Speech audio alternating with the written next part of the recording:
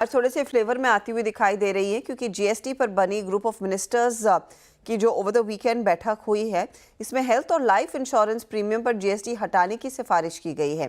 फैसला कैसे लागू हो सकता है, साथ ही इसका इम्पैक्ट कितना लॉन्ग टर्म आएगा इस सेक्टर पर, हमारे साथ सीएनबीसी टीवी 18 के यश जैन जुड़ गए। यश, बताइए।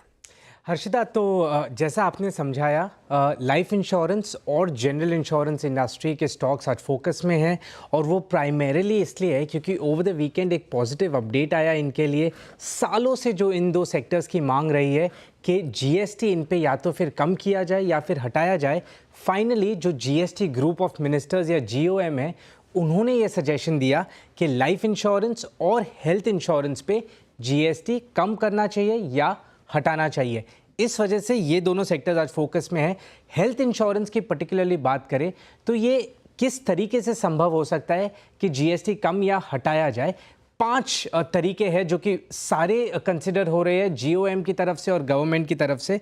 सबसे पहला तरीका ये है कि सारी जो हेल्थ इंश्योरेंस पॉलिसीज़ है उन सब पे जीएसटी जो कि फ़िलहाल 18% है उससे हटाया जाए, बिल्कुल हटाया जाए, 0 पे लाया जाए।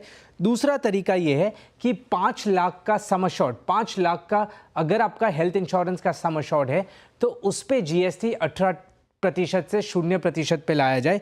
तीसरा तरीका ये है कि सीनियर सिटीजन्स जो है उनके लिए जो ये 18% जीएसटी है उसे कंप्लीटली हटाया जाए। चौथा, इससे ही जुड़ा हुआ प्रपोजल जो अंडर कंसिडरेशन है वो ये है कि सीनियर सिटीजन्स के लिए ये जो 18% जीएसटी है उसे कम करके 5% पे लाया जाए। और आखिरी तरीका जो कंसिडर किया जाएगा वो ये है कि सभी तरीके के प्रीमियम पे 18% जीएसटी को घटाकर 5% जीएसटी पे लाया जाए। मैं सवेरे से इंडस्ट्री के एक्सपर्ट्स, जानकार सभी से बात कर रहा हूँ समझने के लिए कि कौन सा तरीका सबसे ज़्यादा फेवरेबल है, वो क्या एक्सपेक्ट कर रहे हैं। इंडस्ट्री से लार्जली ये फीडबैक आ रहा है कि ये हो सकता है कि जो जीएसटी सीनियर सिटीजन्स के लिए हेल्थ इंश्योरेंस पे लगता है उसे 18% से 5% पे लाया जाए। ये एक कंसेंसस इंडस्ट्री में आज की तारीख में है कि ये आ सकता है। पर एट द सेम टाइम अगर ये आता है तो मैं एक चीज़ स्पष्ट करना चाहता हूँ, ये एक नेगेटिव होगा पॉजिटिव से ज़्यादा, क्योंकि इंडस्ट्री या जो इन्वेस्टर्स है वो सोच रहे हैं कि ये पूरा 18% जीएसटी निकल जाएगा सभी पॉलिसीज़ के लिए। उसके विपरीत इंडस्ट्री का कंसेंसस ये बन रहा है कि ये 18% से 5% लाया जाए, वो भी सबके लिए नहीं, सिर्फ सीनियर सिटीजन्स के लिए। उस हालात में ये पॉजिटिव से ज़्यादा नेगेटिव बन जाएगा क्योंकि इसका इम्पैक्ट काफ़ी छोटा होगा। बहुत छोटा पोर्टफोलियो है और उसमें भी आप पूरा 18% नहीं निकाल रहे, उसे 5% पे लाकर खड़ा कर रहे हैं। तो ये एक कंसेंसस बन रहा है और अगर ये आता है तो ये हल्का सा नेगेटिव हो सकता है एज कम्पेयर टू पॉजिटिव। शुक्रिया यश। आपने जो पहला विकल्प बताया जिसकी आप खुद ही बात कह रहे हैं कि शायद ना हो पॉसिबल, उसी में अगर आप देखें शायद पूरा सेक्टर में एक बड़ा मूव दिखाई दे, अदरवाइज़ नहीं।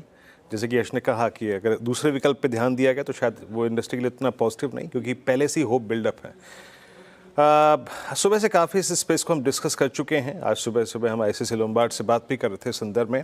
यश, बहुत बहुत शुक्रिया आपका। इसमें अगर चार्टी के लिए वेल प्लेस्ड अगर कोई स्टॉक है तो वो मेरे ख्याल से इस वक्त सब, मैं अभी शरद जी के पास नहीं जाऊँगा इसके लिए। HDFC लाइफ सुबह से 3 बार इस पर कॉल जा चुकी है। बहुत संक्षेप में इस पर रचना जी, HDFC लाइफ पे आपका टेक 747।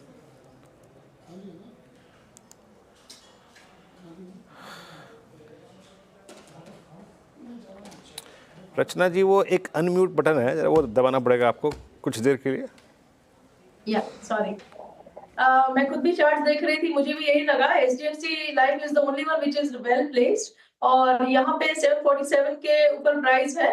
अगर ये काउंटर 737 होल्ड कर गया तो ये ऊपर की साइड पे 760 की तरफ जा सकता है in a few days of time. बाकी के काउंटर्स के कंपैरेटिवली ये डेफिनेटली वेल प्लेस्ड है।